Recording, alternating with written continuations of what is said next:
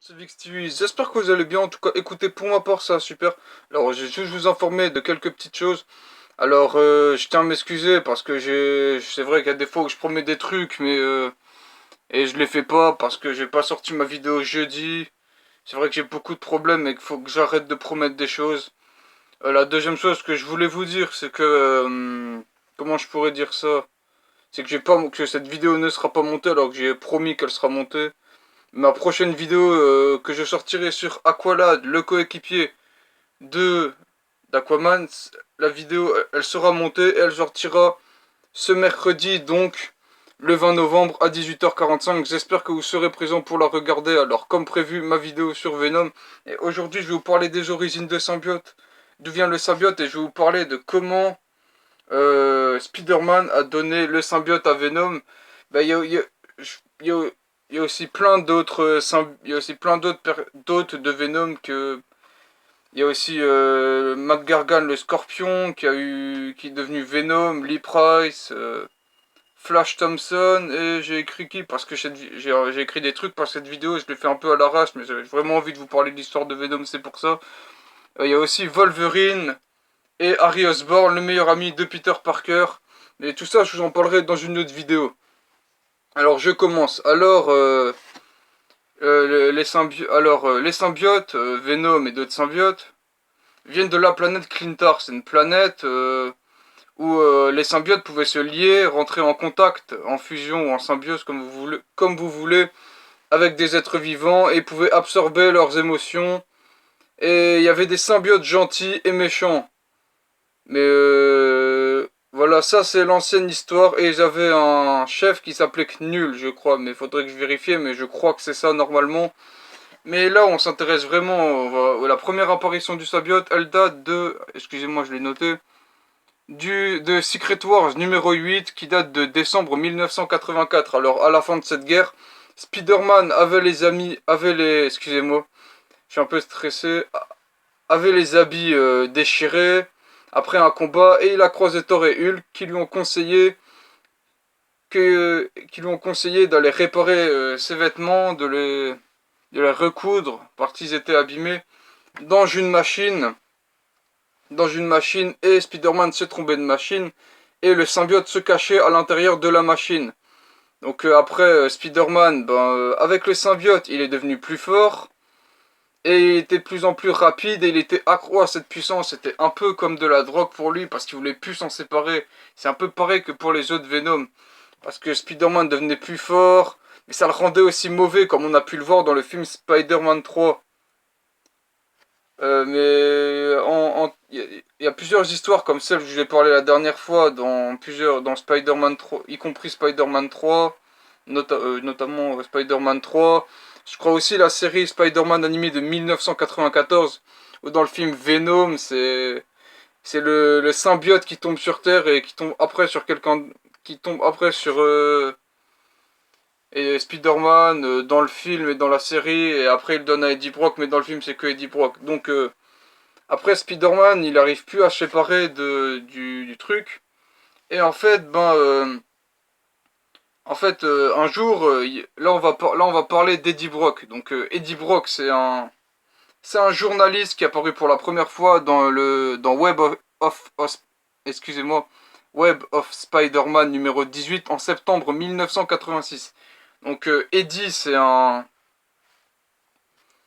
je vous ferai une vidéo peut-être sur la vie d'Eddie Brock, c'est-à-dire sur qu'est-ce qu'il a eu le cancer et tout, il a eu des choses vraiment horribles dans sa vie. Je ferai une vidéo dessus consacrée à Eddie Brock parce que là c'est une histoire de comment Venom, comment Spider-Man a engendré Venom, voilà, parce que la véritable histoire parce qu'il y a eu plusieurs adaptations, c'est pour ça que j'ai fait cette vidéo, même si je la sors un mois après que le film Venom soit sorti. Ouais, donc Eddie Brock c'était un journaliste. Et il y avait des problèmes. Alors, je crois que dans les comics, dans les bandes dessinées, Eddie Brock a dit qu'il avait trouvé le criminel qui avait tué une personne. Mais Spider-Man, il a trouvé le vrai criminel et il a donné des preuves comme quoi Eddie Brock montait sur ses articles. Donc il a été viré. Mais dans le film Spider-Man, c'est que quand Spider-Man a le symbiote Venom sur lui, bah, il prend des photos de Spider-Man en noir. Et ben là, ça sera Peter Parker, mais pour une autre raison qui lui dira qui s'est trompé sur ses articles.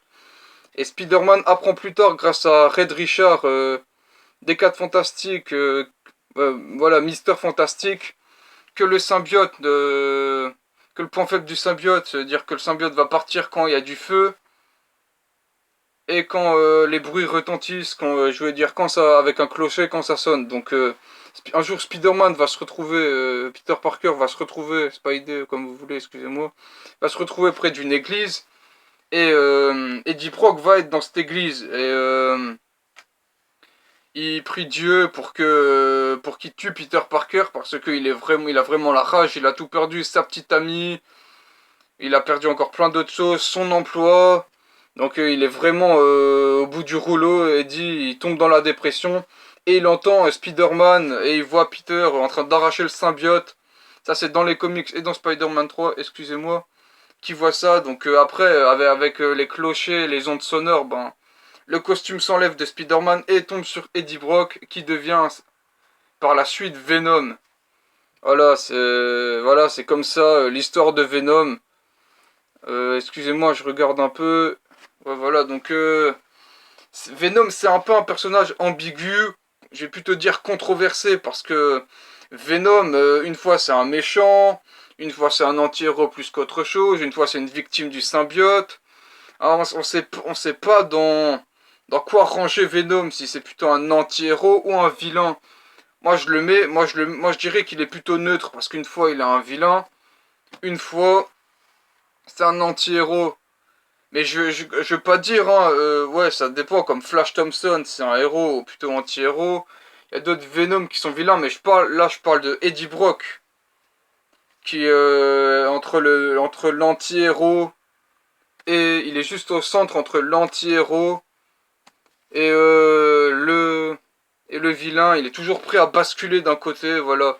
Alors j'espère que cette vidéo t'aura plu. Si c'est le cas, lâche un like.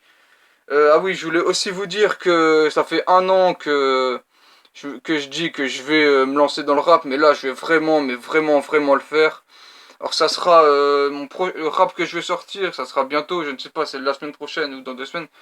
Ça portera, alors ça sera sur le héros du manga L'Attaque des Titans, Eren Yeager. Alors j'ai vraiment hâte que vous écoutez tous mon rap, que vous pouvez me donner certains conseils, que vous pouvez me dire si mon rap est bien. Ouais, alors lâche un like si t'as envie, abonne-toi à ma chaîne si t'as envie, tu peux aussi t'abonner à ma chaîne gaming, je suis un geek, à ma chaîne manga, les Saiyajin, où je ferai plus de vidéos en ce moment, parce que j'ai un peu plus le temps, j'essaierai de sortir 1 ou 2 vidéos par semaine. Et des fois je le promets, mais là je vais vraiment essayer, parce qu'en ce moment je vais être à fond sur YouTube, je vais vraiment gagner des abonnés. Tu peux aussi m'ajouter dans mes réseaux sociaux, tout sera dans la description. Euh, ouais, tout sera dans la description. Mes réseaux sociaux, aussi mes identifiants pour jouer à la Wii U, sur la PS3 pour qu'on joue en ligne, mon PSN. C'est tout ce que je voulais vous dire, c'était VixTV. Allez, salut!